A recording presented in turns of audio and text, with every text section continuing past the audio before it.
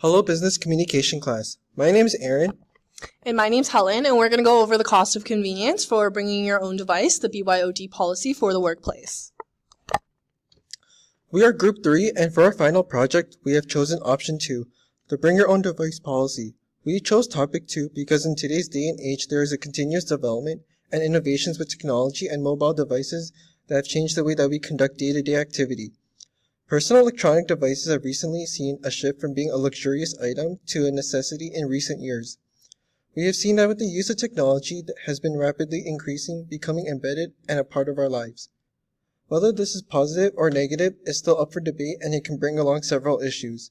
Currently, in our generation, there is still an expectation that we as individuals are expected to be connected 24/7 with the rise and increased use of social media services. Right now, the idea of needing to be plugged in and wired to connect is a thing of the past.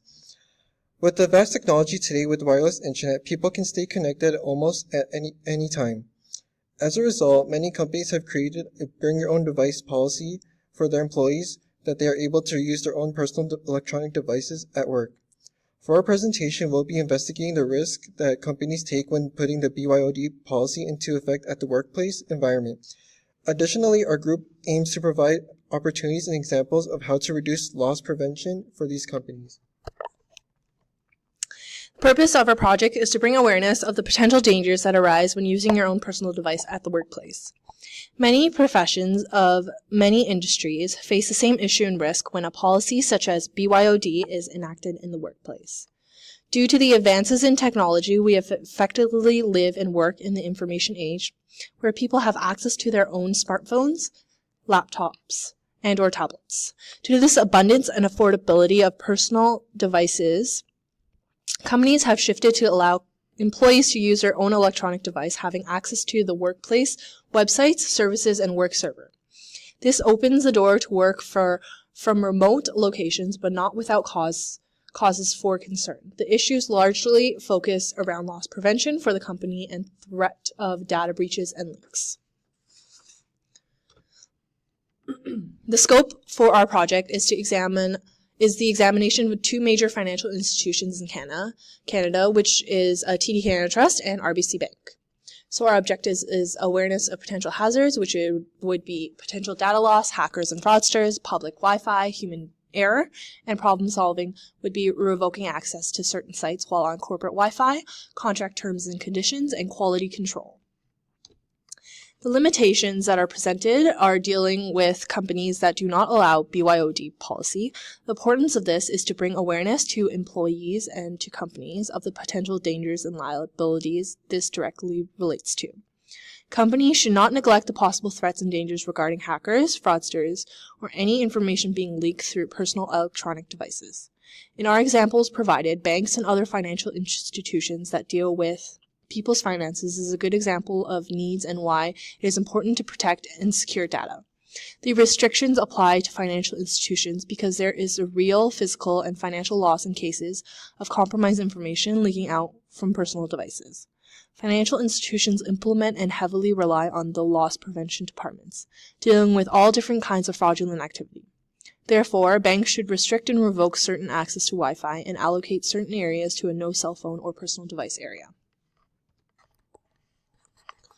While we're mostly focusing on the risk of BYOD, there are certainly benefits of BYOD, such as the convenience, where you're able to being able to work anywhere you want on the go. There's productivity, since you're able to work more places, you're able to increase your workload, and the workplace mobility, meaning that you're not forced to stay at a desk or an office, and you can work out at home, in a cafe, or outside. And for our group, the problem solving that we implemented for the challenges for the organization for the BYOD policy is for the companies to have an IT team that constantly monitor the data information flow and ensures that there's no heavy data loss. Cisco is a company, for example, that utilizes and have a specific team that monitors information and have the ability to revoke any access that would have been granted to any employee if they're attempting to do anything fraudulent or any suspicious activity. Since we're moving to a more technological era, many companies can start to adapt to these possible losses on the company if they utilize their resources. If there are any cases of either employment termination, lost or stolen devices, or employees changing certain roles within the company, the BYOD policy would be null under the terms and conditions that they signed during their term in that specific role. Like previously mentioned in our example from Cisco, they have a certain IT team that constantly monitors usage and follows policy and procedures. So anytime there are fraudulent or suspicious activity, they would be able to track it, and they would revoke access and just basically seek out who has been doing these fraudulent or suspicious activities.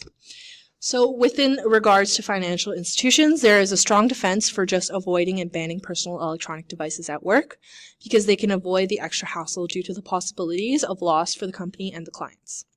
People's finances is something that needs to be kept confidential. Therefore, the BYOD policy not being in place is beneficial for these companies. Compliance would need to be maintained, and there would be more loss prevention and protected data. This brings up another issue, which is security. Since the BYOD would be outside of the workplace, they would potentially require security that's outsourced when personal devices are being used for work. IT departments would have no control over employees' device updates. Therefore, there is more of a potential loss on the company when the employee's electronic device gets hacked. When this occurs, the business is out of reach of the device and the breach would increase significantly. One of the most common and detrimental problems that would arise would be the human error. This goes back to the case where employees may lose their phone, tablet, or laptop with confidential company information stored inside it. There are many possibilities for errors, like employees opening and clicking on phishing emails on their device where the company's information is stored. And once hackers get access to these devices, there will be no way for companies to intercept and mediate the loss. For example, I work at RBC doing automotive financing, and for example, one of my coworkers actually lost one of their BYOD devices, and actually there's a huge fraudulent case that happened in which the person duplicated fraud information with their SIN number and the bank information and got away and stole an $80,000 vehicle.